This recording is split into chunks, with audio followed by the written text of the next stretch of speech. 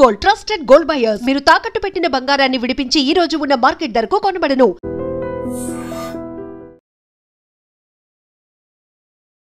అదుపు తప్పి స్కూల్ పిల్లలతో వెళ్తున్నటువంటి ఓ ప్రైవేటు స్కూల్ బస్ 2 తాటి చెట్ల మధ్యకు వెళ్లి ఇరుక్కుపోయింది.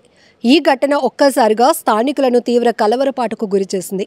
ఎందుకంటే ఉదయం సమయం, అందులోనూ స్కూల్స్కి వెళ్లే టైం, స్కూల్ పిల్లలతో వెళ్తున్న బస్సు ఇలా ప్రమాదానికి గురవటం వల్ల అందులో ఉన్న పిల్లల పరిస్థితి ఏంటి అని స్థానికులు పరుగులు పెట్టారు. విశాఖ జిల్లా భీమిలి పద్మనాభం మండలంలో ఈ ఘటన జరిగింది.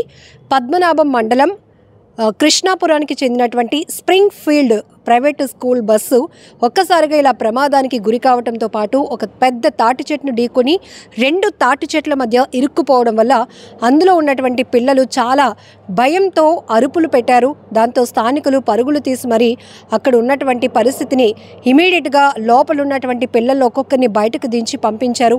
ఆ తర్వాత ఈ కొంచెం డౌన్లో ఉన్నటువంటి 2 తాటి చెట్ల మధ్య ఈ బస్సు ఇరుక్కుపోయింది. దాన్ని బయటకు తీయడం చాలా కష్టమవుతోంది. క్రెయిన్ సాయంతో గనుక బస్సును అయితే కనుక బయటకు తీయగలరు, లేదు అంటే చాలా కష్టం. సో ఇక్కడ స్థానికుల డిస్కషన్ కూడా మీకు ఆడియోలో వినపడుతోంది.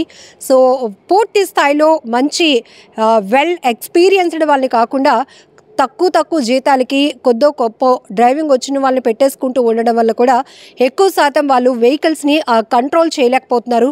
ప్రమాదం జరుగుతుంది.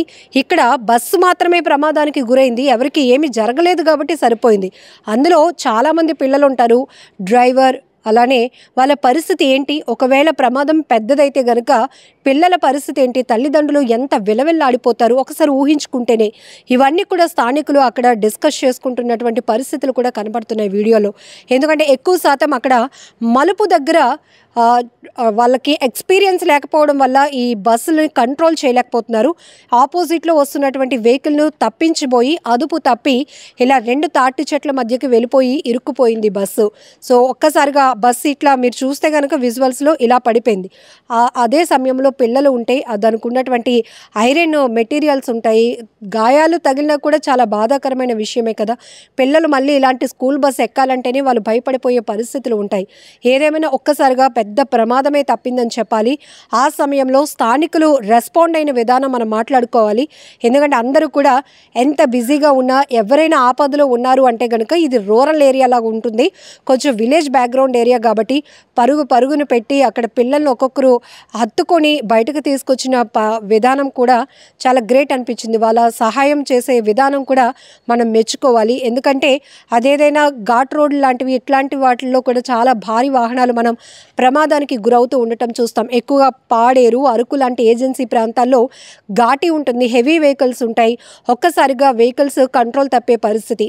ఇప్పుడు నార్మల్ రోడ్లో కూడా ఒక వాహనాన్ని తప్పించే స్కిల్ కూడా డ్రైవర్లకి లేకపోతే అందులో పిల్లలు ఉన్నారు, ఎంత జాగ్రత్తగా ఉండాల్సి ఉంటుంది.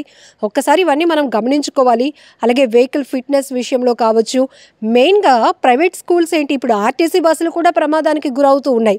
ఇది కూడా పక్కన పెడితే ఎక్కువగా డ్రైవర్లు మాత్రం చాలా అలర్ట్గా ఉంటారు, వాళ్ళకి చాలా ఎక్స్పీరియన్స్ ఉంటుంది. కానీ వెహికల్స్లో ఫిట్నెస్ లేకపోవడం, బాగా అది సర్వీస్కి ఎక్కువ సంవత్సరాలు సర్వీస్లో ఉండటం, లేకపోతే హెవీ లోడ్ వల్ల ప్రమాదాలు జరుగుతాయి.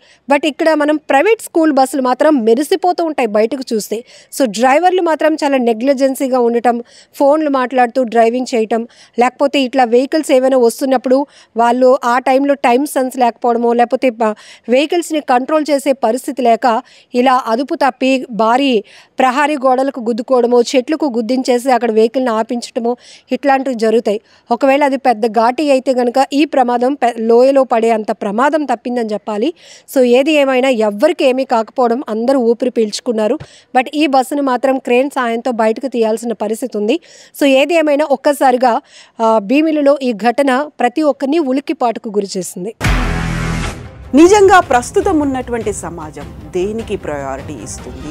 ఆర్థిక సంబంధాల చుట్టూ మాత్రమే తిరుగుతుంది. మళ్ళీ ఎన్నికలంగానే చాలా విరక్తి కలుగుతాను. మంచి అనిపిస్తుంది కదా, లేడీస్ కూడా ఛాలెంజింగ్ జాబ్స్ చేసినప్పుడు చాలా బాగుంటది. ట్రాఫిక్ అసిస్టెంట్స్ గా నియమించిన ట్రాన్స్జెండర్స్ అందరితో సాల్యూట్ చేయించుకుంటున్నారు. ఫుడ్ డెలివరీ ఇవ్వటానికి వెళ్ళినటువంటి డెలివరీ బాయ్ అనిల్ పై కళ్ళ ముందు